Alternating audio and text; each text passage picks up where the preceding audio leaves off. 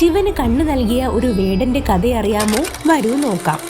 തിണ്ണൻ എന്ന വേടൻ കാട്ടിൽ വെച്ച് ഒരു ശിവലിംഗം കാണുകയും വലിയ ഭക്തനായി മാറുകയും ചെയ്തു. പൂജാവിധികളൊന്നും അറിയില്ലായിരുന്ന തിണ്ണൻ വായിൽ വെള്ളം കൊണ്ടുവന്ന് ശിവനെ കുളിപ്പിക്കുകയും വേട്ടയാടിയ ഇറച്ചി നിവേദിക്കുകയും ചെയ്യുമായിരുന്നു. ഇത് കണ്ട അവിടുത്തെ ഒരു പൂജാരിക്ക് ദേഷ്യം വന്നു. തിണ്ണന്റെ ഭക്തി എത്രത്തോളം ഉണ്ടെന്ന് പൂജാരിയെ ബോധ്യപ്പെടുത്താൻ ശിവൻ ഒരു ലീലയാടി. ഒരിക്കൽ ശിവലിംഗത്തിലെ ഒരു കണ്ണിൽ നിന്ന് ചോര ഒഴുകാൻ തുടങ്ങി. ഇത് കണ്ട് സഹിക്കാനാവാതെ തിണ്ണൻ തൻ്റെ ഒരു കണ്ണ് ചൂഴ്ന്നെടുത്ത് ലിംഗത്തിൽ വെച്ചു. ചോര നിലച്ചു. പക്ഷേ ഉടൻ അടുത്ത കണ്ണിൽ നിന്നും ചോര വരാൻ തുടങ്ങി. തിണ്ണൻ മടിക്കാതെ തൻ്റെ രണ്ടാമത്തെ കണ്ണും എടുക്കാൻ തുനിഞ്ഞു. കാഴ്ച പോയാൽ ലിംഗത്തിൽ കണ്ണ് വെക്കേണ്ട സ്ഥലം മാറരുതല്ലോ എന്ന് കരുതി അദ്ദേഹം തൻ്റെ കാൽവിരൽ ശിവന്റെ കണ്ണിന് നേരെ വെച്ചു.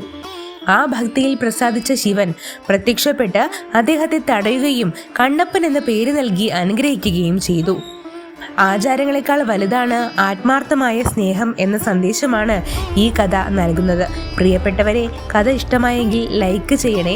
ചാനൽ സബ്സ്ക്രൈബ് ചെയ്യാൻ മറക്കരുത്. ശിവസ്തുതികൾ കമന്റായി രേഖപ്പെടുത്തണേ.